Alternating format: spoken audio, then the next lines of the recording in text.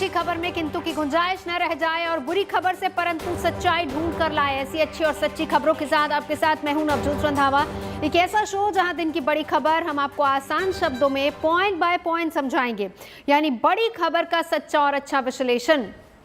Bharat, Japan, America और Australia के love in Tokyo की शानदार तस्वीरें आपको दिखाएंगे और बताएंगे कि क्वाड के 4 दोस्तों की बैठक से चीन क्यों परेशान है। शहर दिल्ली की पहचान को लेकर सवाल उठे तो 800 साल पुरानी कहानी का भी जिक्र निकला। कुतुब मीनार को लेकर क्या है विवाद, इसे विस्तार से समझेंगे। फ्री फ्री फ्री दिल्ली की सैर अब फ्री और दिल्ली भी पोल्यूशन फ्री।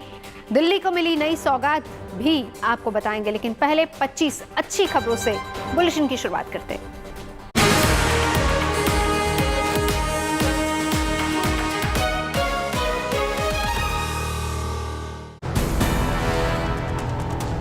टोक्यो में क्वाड लीडर समिट में दिखा भारत का जलवा। प्रधानमंत्री नरेंद्र मोदी का हुआ जोरदार स्वागत। जापान के प्रधानमंत्री फुमियो किशिदा से की मुलाकात। जलवायु परिवर्तन से निपटने के लिए क्वाड नेताओं ने की क्यूशम प्रोजेक्ट की शुरुआत। भारत ने दिया हर संभव मदद का भरोसा। टोक्यो में प्रधानमंत्री नरेंद्र मोदी और जो बाइडेन के बीच द्विपक्षीय मुलाकात। प्रधानमंत्री मोदी ने कहा, वैश्विक शांति के लिए भारत अमेरिका की दोस्ती अहम। प्रधानमंत्री नरेंद्र मोदी 26 मई को हैदराबाद और चेन्नई का दौरा करेंगे। मोदी चेन्नई में 31,400 करोड़ रुपए से अधिक की 11 परियोजनाओं की आधारशिला रखेंगे। बिहार के मुख्यमंत्री नीतीश कुमार ने अपने ड्रीम प्रोजेक्ट गंगा उद्वन योजना का लिया जायजा। इस परियोजना से नालंदा, नवादा और गया के लोगों तक पहुंचेगा गंगा का पानी। भ्रष्टाचार के आरोप में पंजाब के स्वास्थ्य मंत्री विजय सिंगला बर्खास्त। एसीबी ने किया गिरफ्तार। केजरीवाल बोले, चाहे गर्दन कट जाए पर देश से गद्दारी नहीं करेंगे। 26 मई को राजनिवास में उपराज्यपाल पद की शपथ लेंगे विनय कुमार सक्सेना। अनिल बैजल की जगह बनाए गए हैं दिल्ली के लेफ्टिनेंट गवर्नर। दुर्घटना में अपने पैर गंवा चुके लोगों को भारतीय सेना ने दी बड़ी सौगात। इंडियन आर्मी ने एक एनजीओ के साथ मिलकर जम्मू कश्मीर के पुंछ में लगाया कैंप। साउथ कश्मीर के पुलवामा में मुमकिन स्कीम के जरिए की जा रही है बेरोजगार युवाओं की मदद। घाटी में शांति की पहल के लिए मजबूत कदम। घाटी में दिख रहा है क्रिकेट का क्रेज। श्रीनगर में चल रहा है महिला क्रिकेट टीम का सिलेक्शन ट्रायल। लड़कियां फील्ड पर बहा रही हैं जमकर पसीना। जम्मू कश्मीर पुलिस पदक से हटाए गई शेख अब्दुल्ला की तस्वीर। सरकार का बड़ा फैसला, अब लगाया जाएगा राष्ट्रीय चिन्ह। कोरोना काल में भारत के रवैये की अमेरिका ने की तारीफ। बाइडेन बोले, मोदी सरकार ने किया शानदार काम। चीन महामारी से निपटने में रहा नाकाम।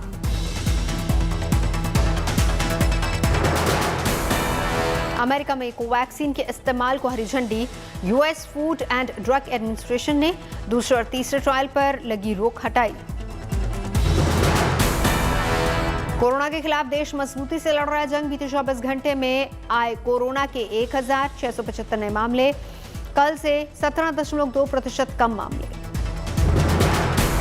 दिल्ली के मुख्यमंत्री अरविंद केजरीवाल ने आज 150 इलेक्ट्रिक बसों को हरी झंडी दिखाई। 24 मई से 3 दिन तक मिलेगी मुफ्त यात्रा की सुविधा। हिमाचल प्रदेश के लाहौल स्पीति में बर्फबारी। सैलानी ले रहे हैं बर्फ का मजा, किसानों के भी बल्ले बल्ले।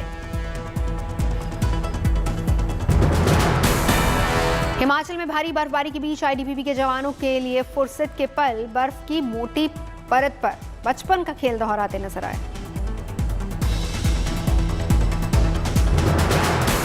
मध्य प्रदेश के पन्ना में चमकी घरेलू महिला की किस्मत। 2.8 कैरेट का बेशकीमती हीरा मिलने से रातों रात बनी लखपति।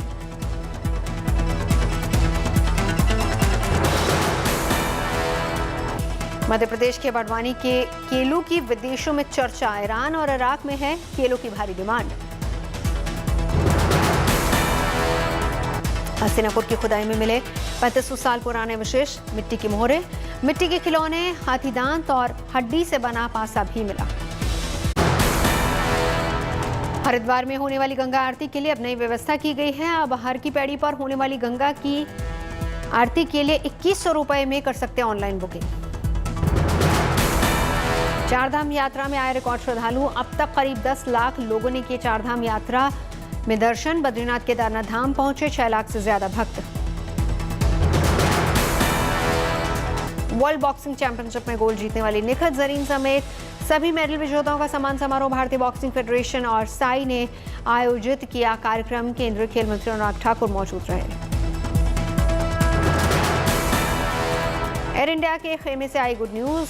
350 कैबिन क्रू की वैकेंसी के लिए दिल्ली में दिखी युवाओं की भीड़।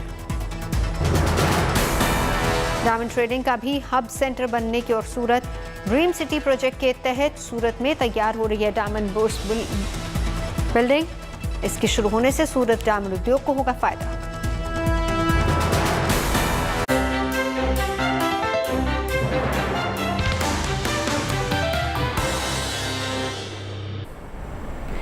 आइए शुरुआत करते हैं अच्छी और सच्ची खबरों की। टोक्यो से आज एक तस्वीर सामने आई है जिसे देखकर चीन की बौखलाहट और ज्यादा बढ़ गई है। और ये तस्वीर ही कुछ ऐसी है कि जिसे देखकर जिनपिंग जरूर जल भुन गए होंगे। किंतु ये तस्वीर भारत के मजबूत होते कद और शानदार कूटनीति का प्रमाण है। और इसीलिए हमारे लिए तस्वीर गुड न्यूज़ जैसी है। और इसीलिए हम आज बुलेटिन की शुरुआत टोक्यो की इसी तस्वीर से करने जा रहे हैं, जहां पर आज क्वाड सम्मेलन हुआ। सम्मेलन में भारत, जापान, अमेरिका और ऑस्ट्रेलिया ने हिस्सा लिया। और ये सम्मेलन बेहद अहम है। लेकिन एक बात जो खास तौर पर ध्यान देने वाली है वो है इन देशों के राष्ट्राध्यक्षों की आपसी बॉन्डिंग। प्रधानमंत्री नरेंद्र मोदी, जापान के प्रधानमंत्री फूमियो किशिदा, अमेरिकी राष्ट्रपति जो बाइडेन और ऑस्ट्रेलिया के प्रधानमंत्री एंथनी अल्बनीज बैठक से पहले जिस अंदाज में एक दूसरे से मिले वो दिखाता है कि इन नेताओं की आपसी केमिस्ट्री कितनी अच्छी है। दोस्ताना अंदाज में हंसते मुस्कुराते ठहाके लगाते बाइडेन और प्रधानमंत्री मोदी की इन तस्वीरों को देखकर जिनपिंग जरूर सकते में होंगे, क्योंकि वो तो ये उम्मीद पाले हुए थे कि क्वाड नाकाम होगा। लेकिन आज टोक्यो में तस्वीर इसके ठीक उलट नजर आई। हम आपको बताएंगे कि आज क्वाड सम्मेलन में हुआ क्या और वहां पर भारत की कैसे तारीफ हुई है। लेकिन उससे पहले आपको सुनाते हैं कि प्रधानमंत्री मोदी ने सम्मेलन में क्या कहा। नपे तुले शब्दों में प्रधानमंत्री का ये भाषण बहुत ही अहम था और उसे ध्यान से सुनिए जरा। आज टोक्यो में मित्रों के बीच होना मेरे लिए बहुत खुशी की बात है। इतने कम समय में क्वाड समूह ने विश्व पटल पर एक महत्वपूर्ण स्थान बना लिया है। आज क्वाड का स्कोप व्यापक हो गया है और स्वरूप प्रभावी हो गया है। हमारा आपसी विश्वास, हमारा डिटर्मिनेशन लोकतांत्रिक शक्तियों को नई ऊर्जा और उत्साह दे रहा है। क्वाड के स्तर पर हमारे आपसी सहयोग से एक फ्री, ओपन और इंक्लूसिव इंडो पैसिफिक क्षेत्र को प्रोत्साहन मिल रहा है, जो हम सभी का साझा उद्देश्य है। कोविड-19 की विपरीत परिस्थितियों के बावजूद हमने vaccine delivery, climate action, supply chain resilience, disaster response और आर्थिक सहयोग जैसे कई क्षेत्रों में आपसी समन्वय बढ़ाया है। इससे इंडो पैसिफिक में शांति, समृद्धि और स्थिरता सुनिश्चित हो रही है। क्वाड इंडो पैसिफिक क्षेत्र के लिए एक कंस्ट्रक्टिव एजेंडा लेकर चल रहा है। इससे क्वाड की छवि एक फोर्स फॉर गुड के रूप में और भी सुदृढ़ होती जाएगी। तो कुछ इस अंदाज में प्रधानमंत्री नरेंद्र मोदी ने क्वाड सम्मेलन में चीन को सीधे और सख्त संदेश दिया है। सिर्फ 2 मिनट 45 सेकंड के भाषण में प्रधानमंत्री ने चीन को उसी की जबान में भारत और क्वाड की ताकत का एहसास करा दिया। चीन को क्वाड की बैठक से बहुत बेचैनी है, लेकिन विस्तारवादी चीन को आगाह करते हुए प्रधानमंत्री ने इशारा दे दिया कि हिंद प्रशांत क्षेत्र में उसकी दादागिरी अब नहीं चलने वाली। प्रधानमंत्री के इस भाषण का मतलब क्या है, ये आपके लिए समझना बहुत जरूरी है। प्रधानमंत्री ने कहा कि कम समय में ही क्वाड ने विश्व पटल पर अहम स्थान बना लिया। यानी चीन का नाम लिए बगैर प्रधानमंत्री ने चीन को क्वाड की अहमियत समझा दी है।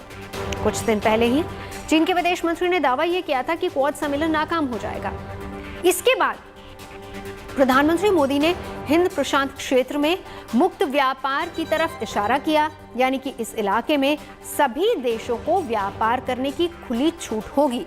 इसे भी चीन के लिए सख्त संदेश ही माना जाए, क्योंकि चीन इस इलाके में अपनी पकड़ बनाए रखना चाहता है। चीन पर अंकुश लगाने के लिए क्वाड सम्मेलन से पहले ही एक अहम कदम उठाया जा चुका है। सोमवार को भारत, जापान, अमेरिका और ऑस्ट्रेलिया समेत 13 देशों ने IPEF यानी कि इंडो पैसिफिक इकोनॉमिक फ्रेमवर्क का गठन किया। प्रधानमंत्री नरेंद्र मोदी ने एक तरफ चीन को मैसेज दिया तो लगे हाथ अमेरिका, ऑस्ट्रेलिया और जापान के साथ मजबूत रिश्तों पर भी मोहर लगा दी। ऐसे वक्त में जबकि रूस और यूक्रेन के बीच जंग चल रही है और भारत ने इस जंग में तटस्थ रुख अभी तक अपनाया हुआ है, इस वजह से अमेरिका को परेशानी भी है। लेकिन प्रधानमंत्री मोदी ने भाषण की शुरुआत में ही कहा कि मित्रों के बीच होना खुशी की बात है। इस तरह भारत ने रूस से मजबूत रिश्ता रखते हुए अमेरिका, ऑस्ट्रेलिया और जापान के साथ अपनी दोस्ती को तवज्जो भी दी। वैसे देखा जाए तो ये भारत की शानदार कूटनीति है, जिसका श्रेय प्रधानमंत्री मोदी को जाता है। अब आपको क्वाड की एक ऐसी तस्वीर दिखाते हैं जिसे देखकर आपको गर्व होगा। प्रधानमंत्री मोदी की यह तस्वीर सोशल मीडिया पर खूब पसंद की जा रही है। यह तस्वीर क्वाड की बैठक के समय की है। सभी नेता सम्मेलन के लिए जा रहे थे, लेकिन इस तस्वीर में सीढ़ियों पर भारत के प्रधानमंत्री सबसे आगे दिखाई दिए, जबकि अमेरिकी राष्ट्रपति, ऑस्ट्रेलिया के प्रधानमंत्री एंथनी अल्बनीज़ समेत बाकी सारे नेता उनके पीछे चल रहे थे।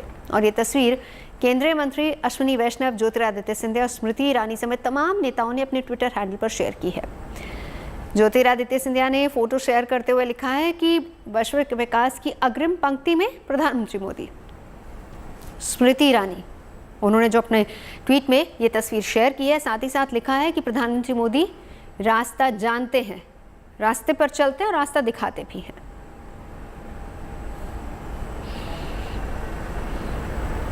आगे बढ़ते हैं। दुनिया का वैसे कोई मंच हो, प्रधानमंत्री मोदी की वहां मौजूदगी अलग ही असर दिखाती है और दुनिया के बड़े नेताओं से उनके मिलने जुलने का तरीका और दोस्ताना अंदाज भी अलग ही प्रभाव छोड़ता है। लेकिन इसके साथ ही मोदी सरकार के कामकाज की भी दुनिया भर में चर्चा हो रही है।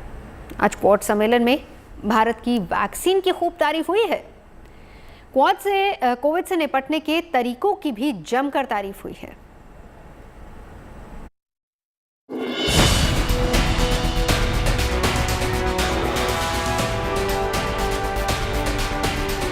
एक मंच पर दुनिया के 3 ताकतवर देशों के साथ मौजूदगी भारत की सफलता की प्रभावशाली कहानी है। लेकिन बात सिर्फ इतनी नहीं कि अमेरिका, ऑस्ट्रेलिया और जापान के साथ भारत दोस्ती और साझेदारी की नई मंजिलें तय कर रहा है। खूबी ये भी है कि काम और योगदान की वजह से ये देश भारत का एहतराम कर रहे हैं। क्वाड सम्मेलन के लिए जब चारों देशों के नेता जुटे तो सबसे ज्यादा चर्चा भारत के कोरोना वैक्सीन की हुई। ऑस्ट्रेलिया और अमेरिका ने कोरोना महामारी के दौरान भारत के काम को खूब सराहा और राष्ट्रपति बाइडेन ने कोरोना से निपटने को लेकर प्रधानमंत्री मोदी की खुलकर तारीफ की। And Prime Minister Modi, it's wonderful to see you again in person. Thank you for your continuing commitment to making sure democracies deliver. Quad सम्मेलन के मंच पर भारत के वैक्सीन अभियान की तारीफ मोदी सरकार की बड़ी उपलब्धि है, खासकर तब जब चीन जैसे देश की तुलना में भारत का अभियान ज्यादा कारगर साबित हुआ हो। राष्ट्रपति बाइडेन ने चीन और भारत की तुलना करते हुए चीन को नाकाम करार दिया। कहा कि बड़ी आबादी के बावजूद भारत ने कोरोना पर लोकतांत्रिक तरीके से काबू पाया है। Because that's what this is about, democracies versus autocracies, and we have to make sure we deliver. America ने चीन को निरंकुश बताते हुए कोरोना के मामले में उसे नाकाम बताया, क्योंकि चीन में कोरोना को रोकने के नाम पर क्रूरता की जा रही है। वहां 3 दिन के बच्चे का भी RT-PCR टेस्ट करवाया जा रहा है। इतना ही नहीं, हजारों लोगों को जबरदस्ती क्वारंटीन कैंपों में भेजा गया है। कोरोना को रोकने के लिए चीन ने क्रूरता की हदें पार कर दी हैं। लोगों की आवाज दबाते हुए लॉकडाउन लगा दिया गया। वहीं दूसरी तरफ चीन में वैक्सीनेशन की रफ्तार धीमी है। बताया जा रहा है कि 50% बुजुर्गों को भी बूस्टर डोज नहीं मिल पाई है। चीन में लोग सरकार की नीतियों से परेशान हैं। दूसरी ओर भारत में वैक्सीन अभियान सिलसिलेवार तरीके से आगे बढ़ रहा है। वयस्कों को वैक्सीन की डोज देने के बाद बुजुर्गों और फ्रंटलाइन वर्कर्स को बूस्टर डोज दी गई है। इसके बाद स्कूली बच्चों का वैक्सीनेशन किया जा रहा है। क्वाड सम्मेलन के बाद जब राष्ट्रपति बाइडेन और प्रधानमंत्री मोदी की द्विपक्षीय बातचीत हुई तो बाइडेन ने एक बार फिर से कोरोना काल में भारत के काम और उपलब्धियों की चर्चा की। मोदी सरकार के तरीके की तारीफ की। बाइडेन ही नहीं, जापान के प्रधानमंत्री फूमियो किशिदा ने वैक्सीनेशन में भारत के योगदान को सराहा और कहा कि क्वाड वैक्सीन इनिशिएटिव के तहत भारत में बनी वैक्सीन को हाल ही में थाईलैंड और कंबोडिया भेजा गया। इसी तरह ऑस्ट्रेलिया के प्रधानमंत्री एंथनी अल्बनीज़ ने भी कहा कि भारत की वैक्सीन सप्लाई से कई देशों को फायदा हुआ है। Bureau report, good news today. और कोर्ट में ही चीन की नाकामी और भारत की कामयाबी का जिक्र जो बाइडेन ने भी किया। लेकिन चीन की परेशानी सिर्फ इतनी नहीं है। चीन इस बात से भी बौखलाया हुआ है कि क्वाड के जरिए हिंद प्रशांत क्षेत्र में उसकी विस्तारवादी नीति पर अंकुश लगने वाला है। सुनिए जरा विदेश मामलों के जानकार कमर आगा क्या कह रहे हैं। पहली बात तो ये है कि चीन जो चिंतित है उसका कारण कई एक है। पहला कारण ये है कि उसका जो डेवलपमेंट मॉडल लेके वो चले थे, बिल्ट एंड रोड इनिशिएटिव जिसे वो कहते हैं, वो पूरी तरह फेल हो गया। हमने देखा श्रीलंका में जिस तरह की समस्याएं आई या पाकिस्तान में भी आ रही हैं, हालांकि वो कह नहीं रहे हैं। फिर उसके अलावा अफ्रीका के बहुत से देश समस्याओं से जुड़ रहे हैं। वो एक ऋण तक नहीं दे पा रहे, इतने मेगा प्रोजेक्ट वहाँ पे लगा दिए और उनसे जो आमदनी बताई जाती थी वो नहीं हो रही और लोकल कंट्रीज़ के भी इतने पैसे उसमें इन्वेस्टेड हैं कि वो भी नहीं निकाल पा रहे और इकनॉमी डेट ट्रैप में ये मुल्क आ गए हैं। दूसरी तरफ ये है कि क्वाड का जो डेवलपमेंट मॉडल है ये काफ़ी रियलिस्टिक है। इसमें जिन ख़ास चीज़ों की ज़रूरत है उन सब में, जिसमें ट्रेड भी है, हेल्थ भी है, इन्वायरमेंट भी है और इकोनॉमिक डेवलपमेंट बहुत इम्पॉर्टेंट है इंफ्रास्ट्रक्चर के साथ साथ। तो ये जो मॉडल है ये काफ़ी सक्सेसफुल मॉडल है और ये मॉडल ये सोच के बनाया जाएगा कि जिससे उन देशों की मदद हो। चाइनीज़ मॉडल में ये हो रहा है कि चाइना का केवल फ़ायदा हो रहा है और ये मॉडल से देशों का फ़ायदा होगा। तो इस कारणवश चाइना काफ़ी चिंतित है। चलिए अब आपको एक और ऐसी तस्वीर दिखाते हैं और खबर भी बताते हैं जिसे सुनकर आप हैरान भी होंगे और आपको खुशी भी होगी। प्रधानमंत्री नरेंद्र मोदी ने जापान की 3 पूर्व प्रधानमंत्रियों से मुलाकात की है।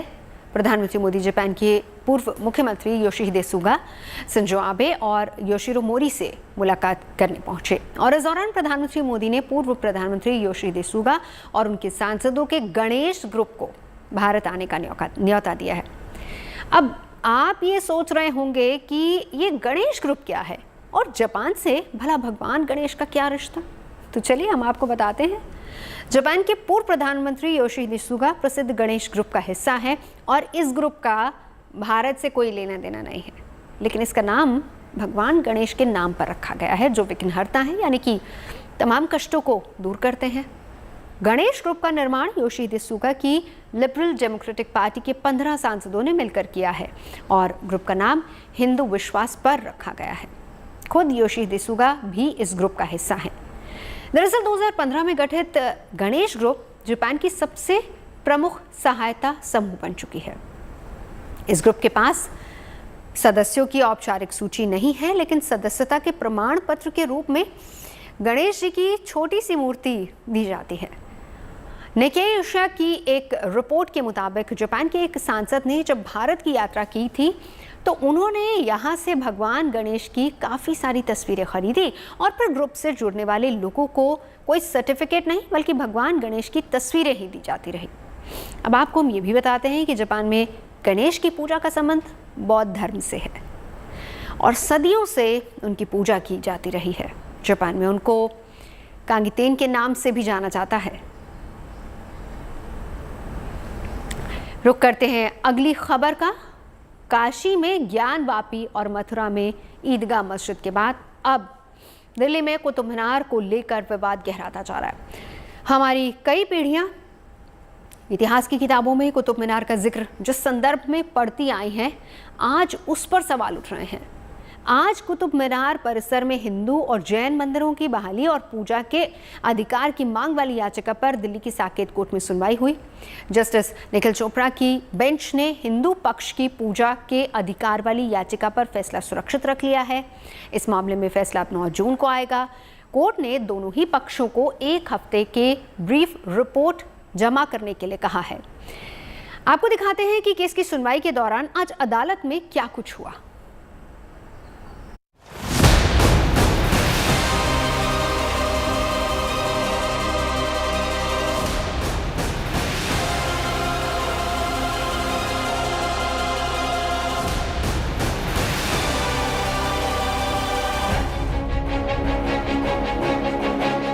कुतुब मीनार में पूजा की याचिका पर सुनवाई पूरी हो गई। सवाल जवाब और दलीलों के बीच कुतुब मीनार पर फैसला अब 9 जून को आएगा। 9 जून को कोर्ट तय करेगा कि याचिका को मंजूरी देते हुए मस्जिद परिसर में मौजूद हिंदू जैन देवी देवताओं की पूजा की इजाजत दी जाए या नहीं। जिन्होंने प्लेंट दाखिल किया था उन्होंने कहा कि जो कुतुब मीनार है वो एक प्लेस ऑफ रिलीजियस वर्शिप है और हिंदूज का हक है वहां पर कि वो अपनी प्रेयर कर सकें। इसका जवाब हमने ये दिया कि क्या प्लेस ऑफ वर्शिप है या नहीं, ये उस दिन डिटरमिन हो जाता है जिस दिन वो मॉन्यूमेंट अंडर प्रोटेक्शन आता है। उसके बाद एक 60 दिन का समय मिलता है जिसके अंदर ऑब्जेक्शंस किए जा सकते हैं। अगर ऑब्जेक्शंस नहीं आते हैं तो जिस दिन उसका वो कैरेक्टर है वही रहता है। और इसी कारण हिंदुस्तान में बहुत सारे मॉन्यूमेंट्स हैं जहां पर पूजा होती है और बहुत सारे ऐसे हैं जहां पूजा नहीं होती।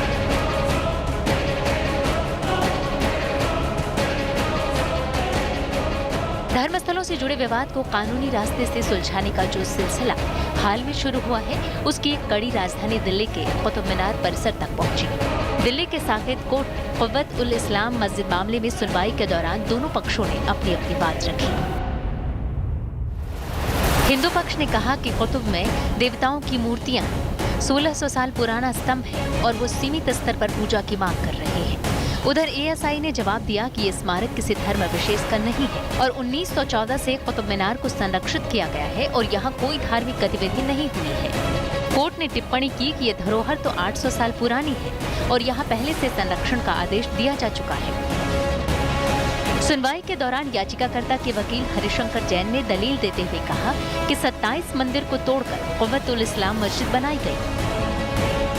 जो मॉन्यूमेंट एक्ट 1958 है उनमें साफ व्यवस्था है कि जो रिलीजियस कैरेक्टर है मॉन्यूमेंट का उसके हिसाब से धार्मिक क्रियाएं हो सकती हैं, धार्मिक रूप से जो भी रिचुअल्स है वो हो सकते हैं। कोर्ट ने सारी बातों को सुनने के बाद जजमेंट रिजर्व कर लिया है। 1 हफ्ते का समय दिया है कि जो भी रिटर्न आर्गुमेंट सबमिट करना चाहे मैं या अपोजिट पार्टी दोनों दे सकते हैं। दिल्ली स्थित कुतुब मीनार परिसर में 2 मस्जिद हैं, एक क़ुव्वत उल इस्लाम मस्जिद और दूसरा मुगल मस्जिद। मुगल मस्जिद में इसी महीने नमाज पर रोक लगाई गई है, जबकि क़ुव्वत उल इस्लाम मस्जिद में देवी देवताओं की मूर्तियां होने का दावा किया गया है और यहाँ पूजा की मांग की गई है। मौजूदा समय में क्या स्थिति है? आपको अंदर जाने दिया जा रहा है? नमाज पढ़ पा रहे हैं? नहीं जाने दिया जा रहा। आप 13 तारीख के बाद से आपने वहाँ नमाज नहीं गए। ये भेजा था ना अपने मौजूद नाइब इमाम में। हाँ। मेरी दवा वगैरह रह गई थी उस दिन अंदर। हाँ। उन्होंने तो जाने ही नहीं दिया उस दिन अंदर मस्जिद में। तो इसको भी 10 मिनट गेट पर खड़े रहे जबकि उनके साथ में बहुत अच्छे रहते हैं, सबसे क्रिकेट खेलते हैं, ये बहुत प्यार मोहब्बत से रहते हैं। एकदम नजर बदल गई, सबकी नजर बदल गई। अच्छी बात है रोक लगाई गई, क्योंकि यदि आप वहाँ पे स्थित देवी देवताओं को सम्मान नहीं दे सकते, उनकी पूजा अर्चना की इजाज़त नहीं दे सकते, तो फिर नमाज भी नहीं पढ़नी चाहिए।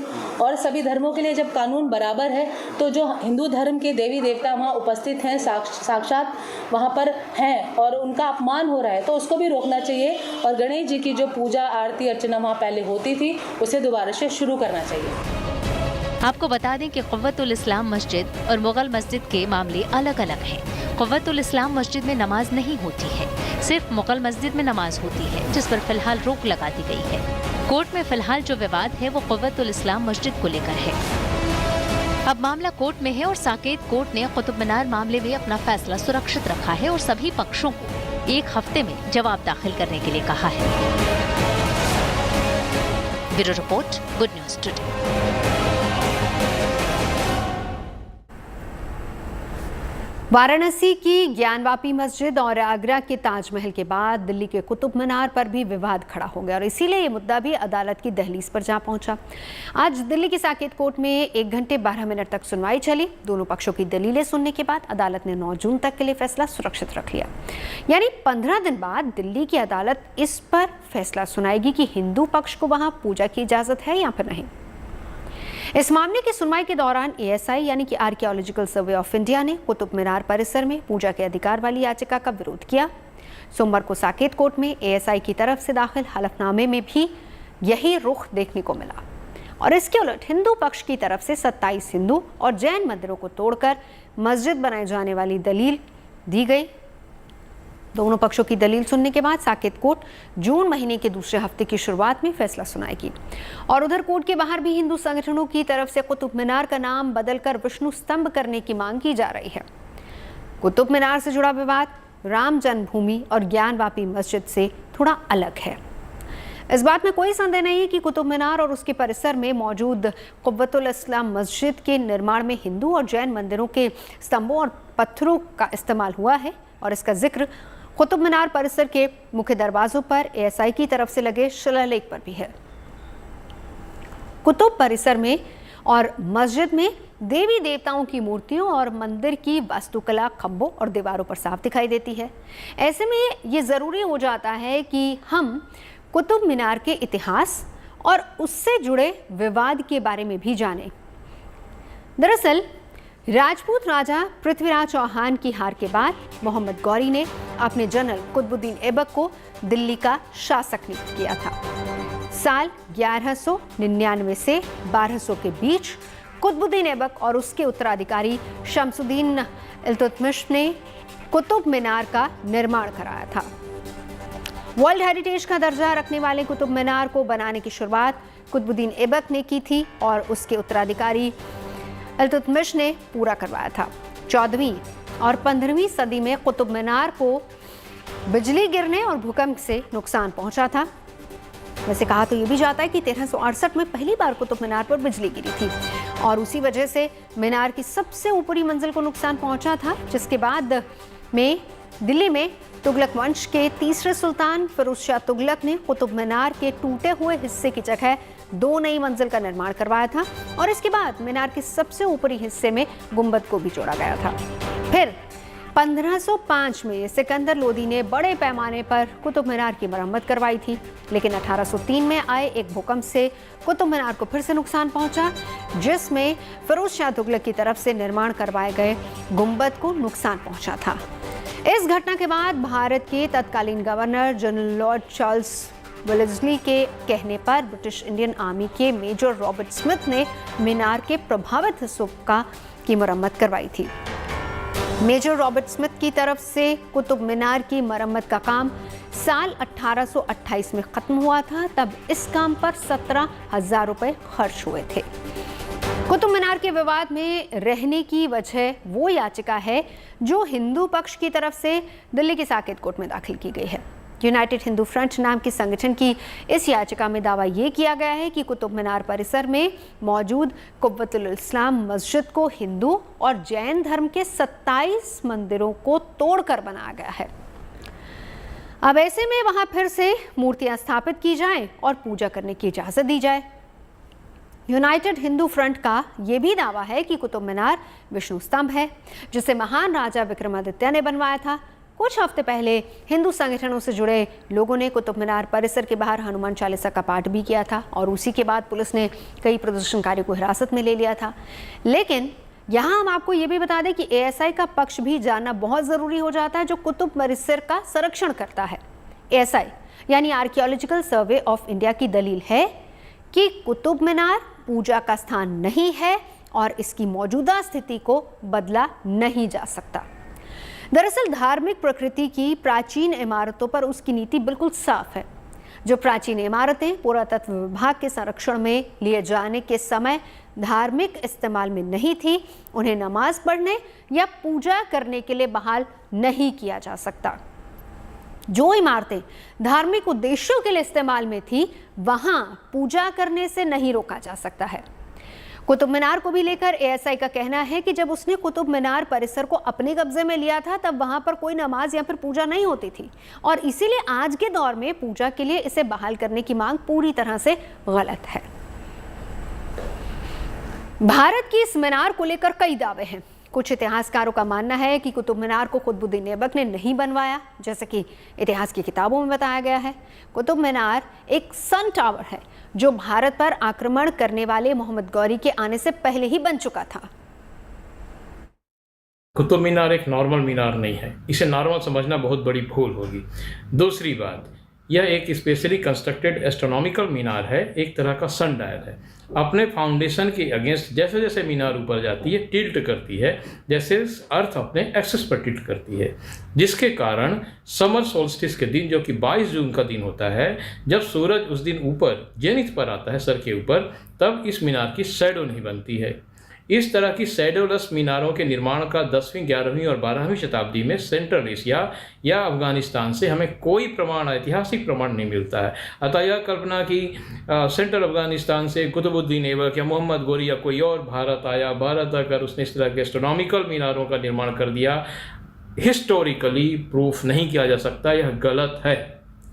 दूसरी बात, यूनेस्को की एक रिपोर्ट है सिल्क रोड पर, जिसके अनुसार central Asian astronomy medieval period में इंडियन एस्ट्रोनॉमी पर डिपेंडेंट थी। हमारी एस्ट्रोनॉमी के बेस पर वहाँ डेवलपमेंट हुआ, तो यह कल्पना करना और भी कठिन हो जाता है। अब तीसरी बात, सेंट्रल एशिया में एस्ट्रोनॉमिकल मीनारों का बनना 14वीं और 15वीं शताब्दी के बीच तब शुरू होता है जब वहाँ उलुग बेग का शासन होता है। उलुग बेग को एस्ट्रोनॉमी का बहुत शौक था, तब उसने डेवलपमेंट शुरू किया मीनारों का। तो विवाद बरकरार है, अब कोर्ट के फैसले का इंतजार है, लेकिन दिल्ली में इलेक्ट्रिक बसों का इंतजार खत्म हो गया है। पूरी खबर इस ब्रेक के बाद देखते रहिए अच्छी खबर सच्ची खबर।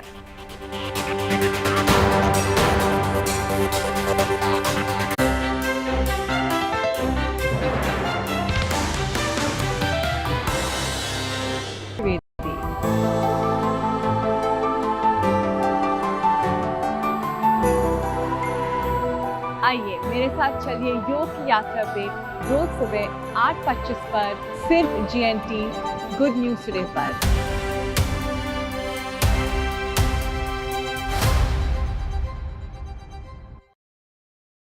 गुड न्यूज टुडे इसलिए अच्छा लगता है, इसके अंदर ना वो खबरों की मार धाड़ और चिल्ला चिल्ली नहीं है। कम से कम लोगों को खबरें तो आराम से सुनने को मिल जाए, इसके ऊपर उसके ऊपर, ऐसे अच्छी सोच के साथ एक अच्छी शुरुआत की है, इसके परिणाम भी अच्छे आने चाहिए। वैसे अच्छी चीजों की मार्केट आजकल बढ़ रही है। देश देख रहा है अच्छी खबरें। गुड न्यूज टुडे, अच्छी खबर सच्ची खबर। हमारी नजर से कोई भी खबर बचती नहीं, चाहे कहीं कोई खबर वायरल हो रही हो या कोई न्यूज ट्रेंड कर रही हो। खबरों के मेन्यू में लंच टाइम पर हम परोसेंगे ऐसी खबरें जो आपके काम की हैं, आपके सरोकार की हैं। मैं शगुफ्ता और मैं आदिति लेकर आएंगे आपके लिए सिर्फ GNT पर।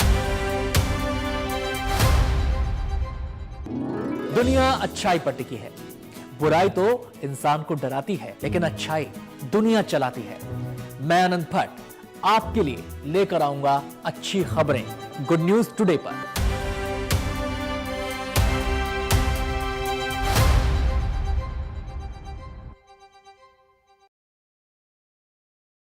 मुझे तकरीबन 21 साल हो गए पत्रकारिता करते। खबरों को समझना और उनको समझाना मुझे बहुत अच्छा लगता है। तो कुछ ऐसी खबरें समझेंगे और आपको समझाएंगे।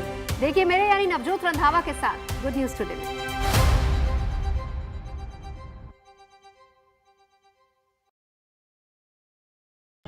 कुछ ऐसी खबरें जिनके पीछे छिपी हो गुड न्यूज और जो बदल दे आपका नजरिया। हम लेकर आएंगे ऐसी खबरें, अच्छी खबर सच्ची खबर, हर रोज रात 8 बजे GNT पर।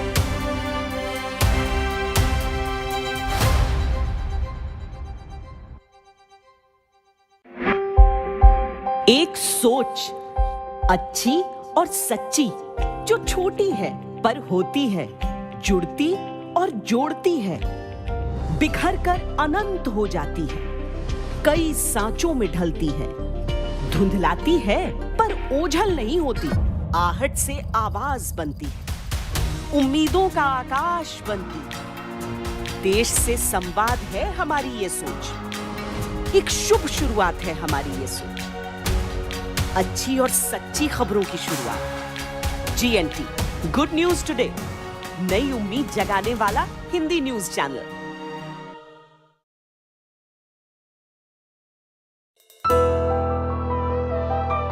नमस्ते, मैं हूँ Ira Trivedi.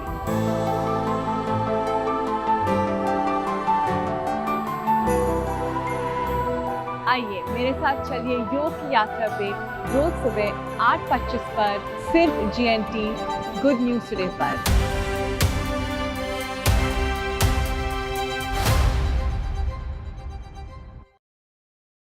Good news today इसलिए अच्छा लगता है, इसके अंदर ना वो खबरों की मार धाड़ और चिल्ला चिल्ली नहीं है। कम से कम लोगों को खबरें तो आराम से सुनने को मिल जाए, इसके ऊपर उसके ऊपर ऐसे अच्छी सोच के साथ एक अच्छी शुरुआत की है, इसके परिणाम भी अच्छे आने चाहिए। वैसे अच्छी चीजों की मार्केट आजकल बढ़ रही है।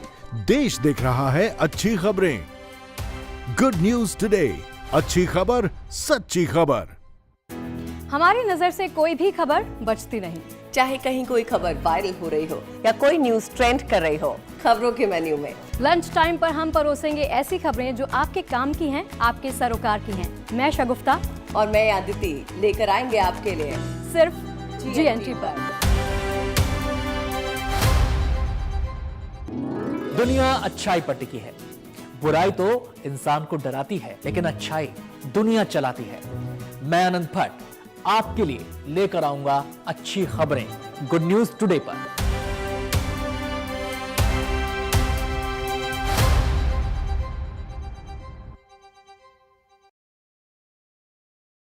मुझे तकरीबन 21 साल हो गए पत्रकारिता करते। खबरों को समझना और उनको समझाना मुझे बहुत अच्छा लगता है। तो कुछ ऐसी खबरें समझेंगे और आपको समझाएंगे। देखिए मेरे यानी नवजोत रंधावा के साथ गुड न्यूज टुडे में।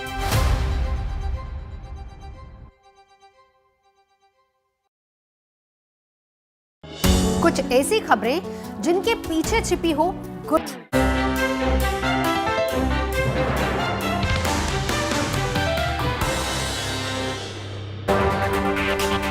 आप देख रहे हैं अच्छी खबर, सच्ची खबर। और एक और अच्छी खबर आपको बताते हैं, इलेक्ट्रिक बसें दिल्ली की सड़कों पर दौड़ रही हैं। अत्याधुनिक सुविधाओं से लैस इन बसों में ज्यादातर लोग यात्रा कर रहे हैं, लेकिन अभी बसों की संख्या कम होने के चलते बस रूट ज्यादा नहीं है। बस डिपो और बनाने के बाद संख्या और बढ़ाई जाएगी। फिलहाल इन इलेक्ट्रिक बसों को दिल्ली सरकार ने राजधानी के सेंटरों में चलाया है, जहां से ज़्यादातर लोगों को रोज़मर्रा की ज़िंदगी में काम होता है। इलेक्ट्रिक बस रूट की बात करें तो यहाँ पर रिंग रोड, जो कि पूरी दिल्ली को जोड़ता है, उस पर इलेक्ट्रिक बसों की सुविधा दी गई है। रिंग रोड पर तीव्र मुद्रिका चलाई गई है।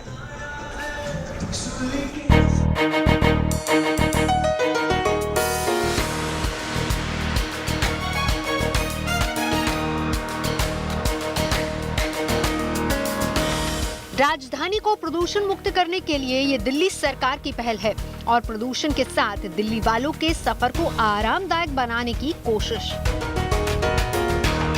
डीटीसी के बेड़े में 150 चमचमाती इलेक्ट्रिक बसें शामिल हो गई हैं। खुद मुख्यमंत्री अरविंद केजरीवाल ने इन ई बसों को हरी झंडी दिखाकर रवाना किया।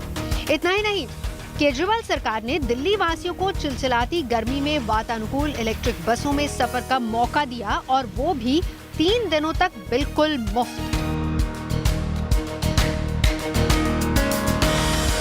दिल्ली के अंदर जो हम कहते हैं कि पोल्यूशन है, कई कारण है पोल्यूशन के। तो अब बसें धीरे धीरे इलेक्ट्रिक बसें अगर होती जाएंगी तो पोल्यूशन भी कम होगा। उस दिशा में एक बहुत बड़ी शुरुआत हुई है। आज 150 बसें आई हैं, 1 महीने बाद 150 बसें और आ रही हैं, तो लगभग 300 बसें हो जाएंगी। हमारा टारगेट कि 1 साल के अंदर लगभग 2000 के करीब बसेस, इलेक्ट्रिक बसेस दिल्ली की सड़कों पे होंगी। हमने ये भी निर्णय लिया है, जो हो सकता है बीच में 600-700 हम CNG की बसेस खरीदेंगे, क्योंकि इतनी बड़ी मात्रा में इलेक्ट्रिक बसेस मैन्युफैक्चर हो नहीं रही हैं, लेकिन अब इन प्रिंसिपल जितनी और बसेस आया करेंगी वो सारी अब इलेक्ट्रिक होंगी और हमारा मकसद होगा धीरे धीरे करके सारे दिल्ली के बेड़े को इलेक्ट्रिक में कन्वर्ट किया जाए। इन इलेक्ट्रिक बसों को शून्य प्रदूषण, शून्य शोर, अधिकतम आराम की तर्ज पर बनाया गया है और केजरीवाल सरकार ने लोगों की जरूरत को ध्यान में रखते हुए ई बसों में यात्रियों को मौजूदा किराए में ही सफर का मौका दिया है। साथ ही इस बस की खास बात यह है कि अत्याधुनिक सुविधाओं से लैस है। ये पूरी बस एसी बस है, उसके बावजूद आपको हर सीट पर इस तरह से फैन लगे हुए दिखाई पड़ेंगे। गर्मी को कम करने की यहाँ पर कोशिश होगी। पूरी बस सीसीटीवी कैमरा से कवर है, साथ ही साथ इसको जीपीएस के जरिए ट्रैक भी कर सकते हैं। सुरक्षा के लिहाज से पहले भी बसों में कैमरे लगाए गए थे और इस बार भी यहाँ पर ये सीसीटीवी कैमरे लगाए गए हैं। बस में लगभग 10 पैनिक बटन होंगे। ये आप जो देख रहे हैं ये पैनिक बटन है, इनको जैसे ही आप बजाते हैं सायरन बजने लगता है और ये देखिए ये हमने पैनिक बटन दबाया और इस तरह से पूरी बस में आवाज़ होनी शुरू हो गई। एक तरह से आप खतरे के लिए अलर्ट भी इसके ज़रिए भेज सकते हैं। बस की हम बात करें तो बस को पूरी तरह से एसी में तब्दील किया गया है और तमाम इसमें जो ट्रैकिंग सिस्टम है वो भी लगाया गया है। मतलब इस वक्त बस कहाँ पर है ये भी डिपो में बैठे बैठे अधिकारियों को पता चल जाएगा। महिलाओं की सुरक्षा के लिए सीसीटीवी कैमरे तो अधिकतर डीटीसी बसों में मौजूद हैं, लेकिन वक्त के साथ बदलती राजधानी की परिवहन व्यवस्था में कई बड़े बदलाव भी किए गए हैं। इलेक्ट्रिक बसों में महिलाओं की सुरक्षा को लेकर खास इंतजाम हैं और दिव्यांगों के लिए भी बाकायदा रैंप सहित कई सुविधाएं दी गई हैं। महिलाओं की बैठक के साथ साथ जितने भी ये हिस्से हैं वहाँ पर ये पैनिक बटन, ये SOS बटन है, ये लाल इंडिकेटर है जो कि पैनिक बटन का काम करता है। यानी अगर कोई महिला यहाँ पर है, उसके साथ कुछ होता है, कोई ऐसी घटना होती है, अप्रिय घटना होती है, छेड़खानी हो या फिर किसी तरह का अपराध हो, कोई चेन स्नेचर या किसी भी तरह की, हालांकि हर बसों में मार्शल तैनात किए गए हैं, लेकिन ये पैनिक बटन दबाते ही अलार्म बस में भी बजेगा और साथ ही ट्रांसपोर्ट विभाग का जो हेडक्वार्टर है DTC का, उसको भी तुरंत अलर्ट मिल जाएगा। वहाँ पर भी जो है तत्काल प्रभाव से अलार्म बजेगा और उसी के साथ CCTV के जरिए वो देख सकेंगे कि आखिर बस में क्या है। साथ ही दिव्यांगों के लिए देखिए ये परिचालक की सीट, आपको ये भी दिखाते हैं। यहाँ परिचालक के पास एक एडवांस रेडियो है। इस रेडियो के जरिए वो परिवहन विभाग के हेडक्वार्टर से बात कर सकते हैं, ड्राइवर तक अपना संदेश दे सकते हैं। तो ये रेडियो की व्यवस्था इस बस में कंडक्टर के पास की गई है। इन तमाम खूबियों के अलावा दिव्यांगों के लिए अगर आप देखेंगे तो यहाँ एक विशेष व्यवस्था की गई है। अगर ये दरवाज़ा जैसे ही खुलता, मैं आपको ये दिखाने की कोशिश करूँगा कि अगर कोई दिव्यांग है तो उनके लिए ये एरिया रिजर्व किया गया है। जैसे आप बाहर आते हैं, इसको यहाँ से ऐसे खोला जा सकता है और फिर जो व्हील चेयर है वो व्हील चेयर से ड्राइवर जो है जो दिव्यांग होंगे उनके व्हील चेयर को अंदर लाया जा सकता है। और ये जो इलाका है यहाँ पर व्हील चेयर ही रखा जाएगा, यानी दिव्यांगों का विशेष ध्यान रखा गया है। 150 बसें दिल्ली की सड़कों पर उतर चुकी हैं, 150 अतिरिक्त बसें वो सड़कों पर उतरेंगी और ऐसी लगभग 1000 बसें और बाद में ये संख्या बढ़ेगी वो DTC के बेड़े में भी और PPP मॉडल के तहत भी। यानी सिर्फ परिवहन को ही मजबूती नहीं मिलेगी बल्कि कार्बन इमिशन, प्रदूषण को कम करने में भी मदद मिलेगी। सड़कों पर इलेक्ट्रिक बसों के दौड़ने के लिए सबसे ज्यादा जरूरी है चार्जिंग स्टेशंस। इसके लिए भी केजरीवाल सरकार ने रणनीति बना ली है। बसों को सड़कों पर उतारने से पहले डिपो में चार्जिंग, पार्किंग सहित कई बुनियादी सुविधाएं तैयार कर ली गई हैं, ताकि ई बस सेवा शुरू होने के बाद यात्रियों को किसी तरह की कोई परेशानी का सामना न करना पड़े। रोहिणी में इलेक्ट्रिक डिपो बनके तैयार है, मुढ़ेला कला में और राजघाट में। तो ये सारे जो डिपोज हैं इनमें चार्जिंग स्टेशंस हैं अलग अलग। जितनी बस की बैटरी है उसके हिसाब से उसका चार्जिंग जो चार्जर बोलते हैं, जैसे हम अपना मोबाइल फ़ोन चार्ज करते हैं उसी प्रकार से जितनी बड़ी बैटरी है उतना ही बड़ा चार्जर है। तो लगभग 1.5 से 2 घंटे में पूरी बस जो है चार्ज हो जाती है और शिफ्ट में जो है वहाँ पर बस को चार्ज किया जाता है। फिलहाल फिलहाल डीटीसी में 3762 बसें हैं, जिनमें लाखों यात्री हर रोज सफर करते हैं और अब इन 150 ई बसों के आ जाने से यात्रियों को और सहूलियत मिलने वाली है। दिल्ली से मनीष चौरसिया और आशुतोष मिश्रा के साथ bureau report, good news today. तो अगर आप भी दिल्ली की सैर करना चाहते हैं इन ई बसों में, तो आपके लिए रूट्स के बारे में जानकारी होना बहुत ज़रूरी है। तो रूट कौन से हैं ये आपको बताते हैं। रिंग रोड जो पूरी तरह दिल्ली को जोड़ता है, उस पर इलेक्ट्रिक बस की सुविधा दी गई है। रिंग रोड पर तीव्र मुद्रिका चलाई जाएगी। वहीं एक रूट नंबर E502 बनाया गया है, जहां पर इलेक्ट्रिक बस मौरी गेट से महरौली टर्मिनल के बीच चलाई जाएगी। इसके अलावा एक रूट नंबर 44 है। इस रूट पर IP डिपो को जोड़ा गया है, जो कनॉट प्लेस से होता हुआ जाएगा। कनॉट प्लेस से साउथ दिल्ली को जोड़ा गया है, जो सफदरजंग से होता हुआ जाएगा। इसके बाद सफदरजंग से साउथ एक्सटेंशन का रूट भी बनाया गया है। साउथ एक्सटेंशन से ये रूट आश्रम जाएगा और आश्रम से होते हुए जंगपुरा के लिए बस रूट बनाया गया है। जंगपुरा के बाद ये रूट इंडिया गेट के लिए तय किया गया है। तो इलेक्ट्रिक बसों के साथ साथ दिल्ली वालों के लिए केजरीवाल सरकार ने एक तोहफा भी दिया है। सरकार सभी को आईपैड जीतने का मौका दे रही है। दरअसल दिल्ली सरकार एक नई स्कीम लेकर आई है और इसके तहत सरकार ने एक प्रतियोगिता का आयोजन किया है, जिसके तहत आप फ्री में आईपैड जीत सकते हैं। और इसके लिए दिल्ली सरकार ने एक शर्त रखी है। आईपैड जीतने के लिए आपको ई बसों की सवारी करनी होगी। सवारी तो करेंगे ही, लेकिन साथ ही यात्रा के दौरान एक सेल्फी भी क्लिक करनी होगी और ये सेल्फी हैशटैग के साथ इंस्टाग्राम, ट्विटर और फेसबुक पर शेयर करनी होगी। ऐसा करने पर टॉप 3 प्रतियोगियों को चुना जाएगा और ये लोग आईपैड जीत सकते हैं।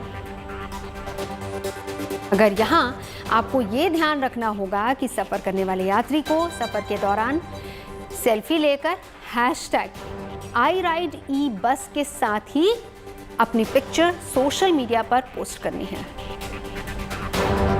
एक और मेरी रिक्वेस्ट है, सब लोग जो अगले 3-4 दिन बसों में जाएं, वो 30 जून तक जब भी जाएं, एक सेल्फी बस के अंदर लेके और उसको पोस्ट कर दें। क्या हैशटैग आई राइड ई बस, आई राइड ई बस। दिल्ली वालों के लिए एक और अच्छी खबर बता दें। 2 दिन से लगातार बारिश हो रही थी, मौसम सुहावना हो गया था, लेकिन इस बारिश ने प्रदूषण भी कम कर दिया है। कहें तो प्रदूषण को धो डाला है।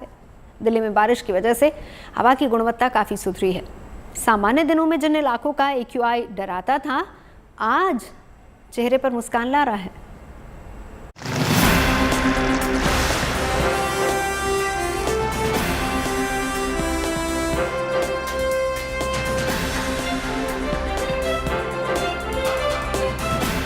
दिल्ली NCR में बरसात राहत का पैगाम लेकर आई है। मौसम विभाग की माने तो अभी कुछ दिन और दिल्ली को चिलचिलाती गर्मी से राहत मिलती रहेगी। लू के थपेड़े दिल्ली NCR के लोगों को परेशान नहीं करेंगे, लेकिन दिल्ली NCR को बरसात से सिंगल नहीं डबल फायदा हुआ है। पहला फायदा तो ये कि गर्मी से राहत मिली है और दूसरा हवा की गुणवत्ता भी सुधरी है। दिल्ली के जिन इलाकों का AQI इंडेक्स सामान्य दिनों में रेड जोन में रहता था, बारिश ने उन इलाकों में भी प्रदूषण को धो डाला है। जिन इलाकों में हवा की क्वालिटी खराब, बेहद खराब और खतरनाक के दायरे में रहती थी, बारिश के बाद वहां की हवा अच्छी और संतोषजनक कैटेगरी में आ गई है। गवाही दिल्ली के अलग अलग इलाकों के एयर क्वालिटी इंडेक्स के आंकड़े दे रहे हैं। जरा नजर डालिए दोपहर 1 बजे तक दिल्ली के अलग अलग इलाकों के AQI पर। आनंद विहार का AQI 84, अलीपुर का 53, अशोक विहार का 61, ITO का 74, लोधी रोड का 62, मथुरा रोड का 62, रोहिणी का AQI 64।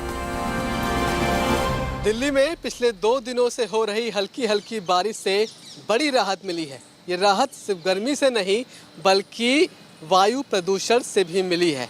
दिल्ली में एयर क्वालिटी इंडेक्स जहां 200-250 के पार होता है, पीक सीजन यानी जब दिवाली होती है या फिर सर्दियां होती हैं, तब यही AQI 500 तक चला जाता है। वो फिलहाल सिर्फ 74 है। दिल्ली का फिलहाल जो ओवरऑल AQI है वो 274 है। केवल दिल्ली ही नहीं बल्कि एनसीआर के इलाकों में भी हवा की गुणवत्ता में बारिश के बाद सुधार दिखा। चाहे नोएडा हो, गाजियाबाद, गुरुग्राम या फिर फरीदाबाद, सब जगह AQI 50 से 100 के बीच दर्ज किया गया। यहाँ आपको बता दें कि अगर AQI 50 या उससे नीचे होता है तो इसे अच्छा माना जाता है। 50 से 100 के बीच संतोषजनक, 101 से 200 के बीच मॉडरेट, 201 से 300 के बीच खराब, 301 से 400 के बीच बेहद खराब और 401 से 500 के बीच खतरनाक श्रेणी में आता है। दिल्ली के ज्यादातर इलाकों में सामान्य दिनों में AQI 200 से ऊपर रहता है, लेकिन बारिश के बाद 100 के नीचे है। यानी बारिश केवल गर्मी से राहत की सौगात ही लेकर नहीं आई है, बल्कि स्वच्छ हवा भी साथ लाई है।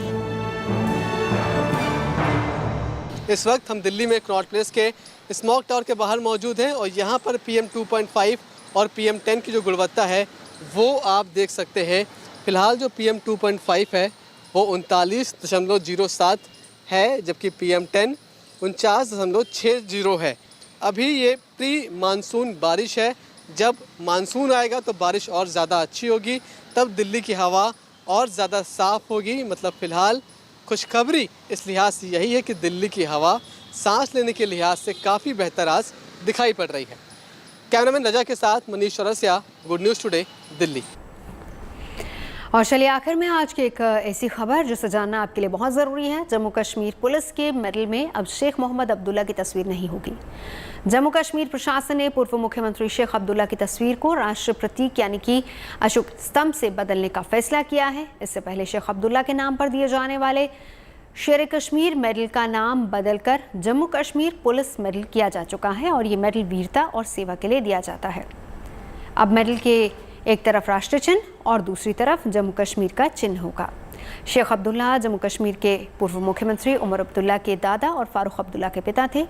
फारूक अब्दुल्ला जब जम्मू कश्मीर के मुख्यमंत्री बने तो उन्होंने अपने पिता की याद में पुलिसकर्मियों को दिए जाने वाले पदकों पर उनकी तस्वीर लगा दी थी। शेख अब्दुल्ला की कोशिश से 1932 में मुस्लिम कॉन्फ्रेंस नाम का एक संगठन बना था और साल 1938 में संगठन का नाम मुस्लिम कॉन्फ्रेंस से बदलकर नेशनल कॉन्फ्रेंस कर दिया गया था, जिसकी जम्मू कश्मीर की राजनीति में अहम भूमिका रही है।